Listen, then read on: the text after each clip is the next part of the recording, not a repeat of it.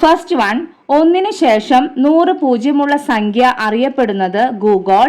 Googol എന്ന പേര് നൽകിയ വ്യക്തി എഡ്വേർഡ് കാസ്നർ 1938. സെക്കൻഡ് വൺ, ഇരുവഴി സംഖ്യകൾ പാലിൻഡ്രോമിക് നമ്പേഴ്സ്. മുന്നോട്ടും പിന്നോട്ടും ഒരുപോലെ വായിക്കാവുന്ന സംഖ്യകളാണ് ഇരുവഴി സംഖ്യകൾ, പാലിൻഡ്രോമിക് നമ്പേഴ്സ്. ഇവയെ സമമിത സംഖ്യകൾ എന്നും പറയും. For example 4884. ഇനി തിരിച്ചു വായിച്ചാൽ 4884, രണ്ടും സെയിം ആണ്. അതുപോലെ തന്നെ 36863, 36863. മുന്നോട്ടും പിന്നോട്ടും ഒരുപോലെ വായിക്കാവുന്ന സംഖ്യകളാണ് ഇരുവഴി സംഖ്യകൾ, അതായത് സമമിത സംഖ്യകൾ. തേർഡ് വൺ, കാപ്രേക്കർ സ്ഥിരസംഖ്യ 6174.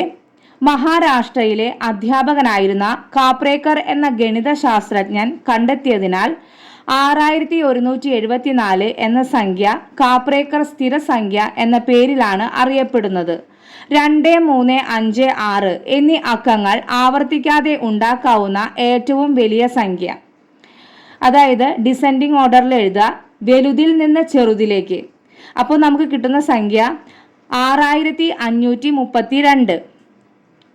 ഏറ്റവും ചെറിയ സംഖ്യ, അതായത് അസെൻഡിങ് ഓർഡർ, ചെറുതിൽ നിന്ന് വലുതിലേക്ക് 2356. വലിയ സംഖ്യയിൽ നിന്ന് ചെറിയ സംഖ്യ മൈനസ് ചെയ്യാം. അപ്പോൾ കിട്ടുന്ന ആൻസർ 4176. ഇപ്പോൾ നമുക്ക് കിട്ടിയ ആൻസർ 4176 എന്നീ സംഖ്യകൾ ആവർത്തിക്കാതെ ഉണ്ടാക്കാവുന്ന ഏറ്റവും വലിയ സംഖ്യ. സെയിം പ്രോസസ്സ് നമ്മൾ റിപ്പീറ്റ് ചെയ്യാണ്. 7641. ഏറ്റവും ചെറിയ സംഖ്യ 1467. ഈ വലിയ സംഖ്യയിൽ നിന്ന് ചെറിയ സംഖ്യ മൈനസ് ചെയ്യാം. അപ്പോൾ കിട്ടുന്ന ആൻസർ ആണ് 6174. കാപ്രേക്കർ സ്ഥിരസംഖ്യ എന്നറിയപ്പെടുന്നു.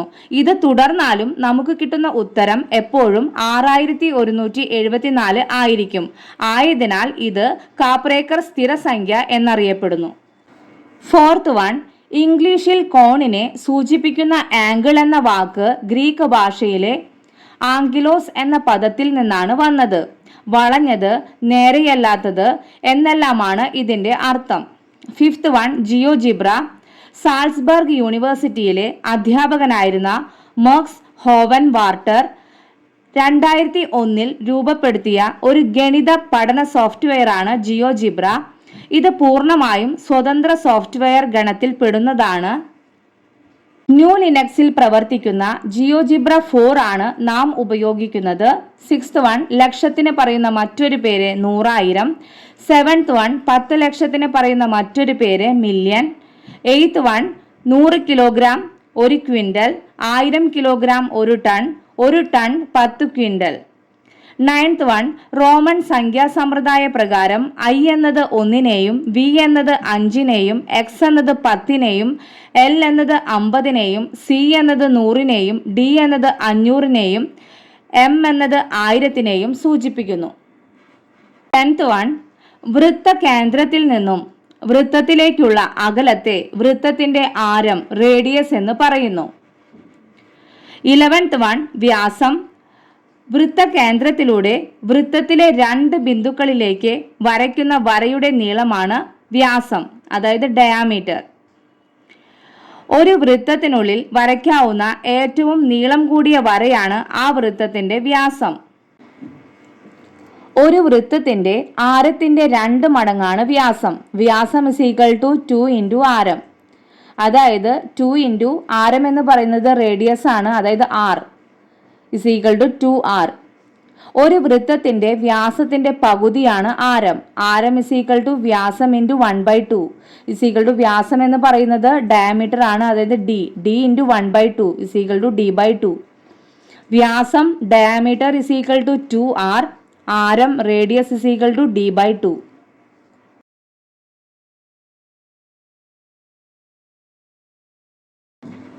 ഫസ്റ്റ് വൺ, ചുവടെ 2 പ്രസ്താവനകൾ നൽകിയിരിക്കുന്നു. ഇവയുടെ അടിസ്ഥാനത്തിൽ ശരിയായ ഉത്തരം തിരഞ്ഞെടുക്കുക. പ്രസ്താവന 1, 22.5-യുടെ 22.5 5/1/16 ആണ്. പ്രസ്താവന 2, 33/1/3 33/1/3% 11/9 ആണ്. ഇനി ഓപ്ഷൻസ് നോക്കാം. ഓപ്ഷൻ എ പ്രസ്താവന 1 തെറ്റും 2 ശരിയുമാണ്. ഓപ്ഷൻ ബി പ്രസ്താവന 1 ശരിയും 2 തെറ്റുമാണ്. ഓപ്ഷൻ സി പ്രസ്താവന 1ഉം 2ഉം ശരിയാണ്. ഓപ്ഷൻ ഡി പ്രസ്താവന 1ഉം 2ഉം തെറ്റാണ്. ഇതില്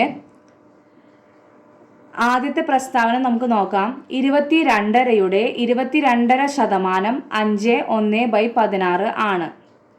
അപ്പോൾ ആദ്യം തന്നെ നമുക്ക് 22.5 അതായത് മിക്സഡ് ഫ്രാക്ഷൻ ആണ്, അതായത് മിശ്രഭിന്നം. ഇതിനെ നമുക്ക് മാറ്റി എഴുതണം. 22 × 2 കാണണം.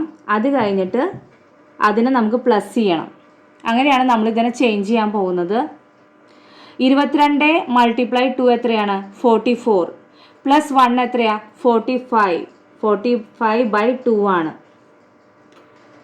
ഇനി 45/2 22.5-യുടെ 22.5% അതായത് 45/2/100 ഇതാണ് നമുക്ക് കണ്ടുപിടിക്കേണ്ടത്. അതായത് 45/2 മൾട്ടിപ്ലൈ 45/2 × 100. ഇത് 2 × 100 ആയിട്ട് മാറും കേട്ടോ. ഇസ് ഈക്വൽ ടു എന്തായി?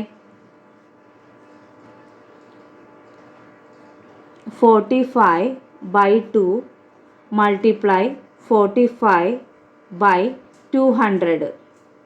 ഇനി അത് കട്ട് ചെയ്ത് കളയാം. 5ൽ കട്ട് ചെയ്യുക.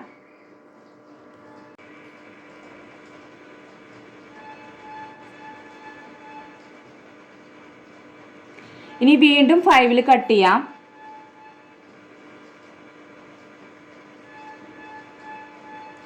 ഓക്കെ, അപ്പോൾ നമുക്ക് എത്ര കിട്ടി? 9/2 മൾട്ടിപ്ലൈ 9/8. 9 9s എത്രയാ? 81 ആണ്. 2 8s എത്രയാ? 16 ആണ്. ഇനി ഇതിനെ നമുക്ക് ഡിവൈഡ് ചെയ്ത് നോക്കണം.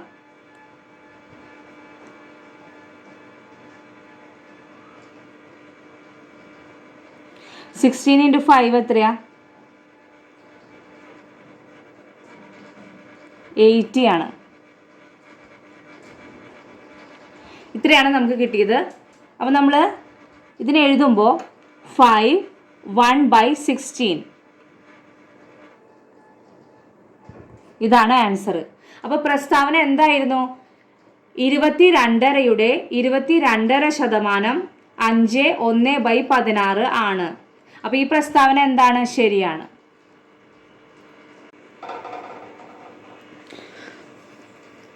പ്രസ്താവന 2 33/1/3-ന്റെ 33/1/3% 11/9 ആണ്.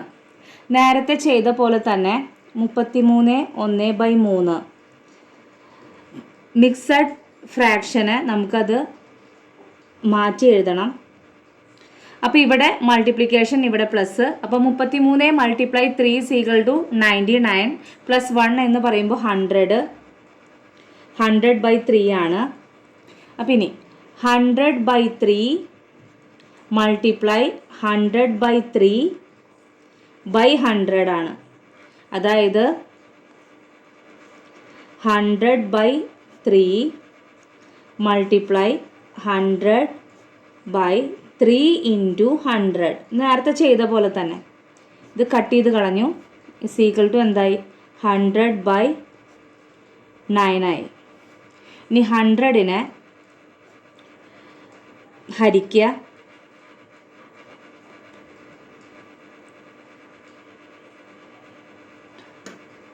അപ്പം ആൻസർ എന്ത് വന്നു? 11 1/9. അപ്പം എന്താണ്? ഈ പ്രസ്താവനയും ശരിയാണല്ലേ? അപ്പോൾ ആൻസർ എന്താണ്? 2 പ്രസ്താവനയും ശരിയാണ്. അപ്പോൾ ആൻസർ ഈസ് സി ആണ്. പ്രസ്താവന 1ഉം 2ഉം ശരിയാണ്. Thank you.